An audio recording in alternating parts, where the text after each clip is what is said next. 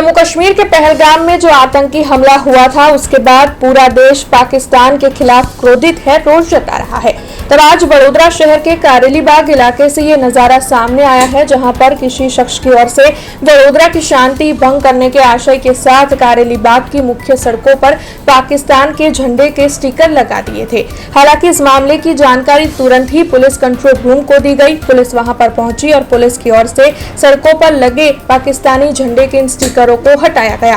हालांकि इस मामले की जानकारी मिलते ही सामाजिक कार्यकर अतुल गामेजी भी वहां पर पहुंचे थे। वैसे आपको बता दें कि वडोदरा शहर पुलिस विभाग की ओर से कारेलीबाग की मुख्य सड़कों पर किसने इस तरीके से पाकिस्तानी झंडे के स्टिकर लगाए थे, उसे ढूंढने की दिशा में कवायद शुरू कर दी है। तब सामाजिक कार्यकर अतुल गामेजी ने भी इस मामले में प्रतिक्रिया दी है, जो आइए आपको सुनाते हैं।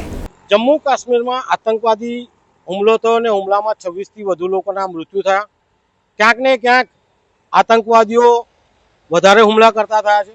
સાથે જોવા જઈએ તો વડોદરા શહેરના કારેલીબાગ વિસ્તારમાં વાઘેશ્વરી સોસાયટી અંબિકા વિદ્યાલય પાસે આજે કોઈ ટીકડખોરો દ્વારા પાકિસ્તાનના ધ્વજ રોડ પર ચોંટાડવામાં આવ્યા હતા, જેની જાણ વડોદરા શહેર પોલીસ કંટ્રોલને કરતા કારેલીબાગ પોલીસ આવી ગઈ અને તમામ જે ધ્વજ પ્લાસ્ટિકના લાગ્યા હતા એને ઉખાડી લેવામાં આવ્યા છે।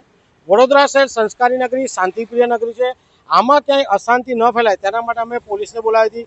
સાથે ભારતના પ્રધાનમંત્રી પાસે અમારી એક જ માંગ છે કે પાકિસ્તાન આતંકવાદને જ્યારે પોષી રહ્યું છે તો આવા પાકિસ્તાનને નકશામાંથી નેસ્તનાબૂદ કરે તેવી અમારી માંગ છે।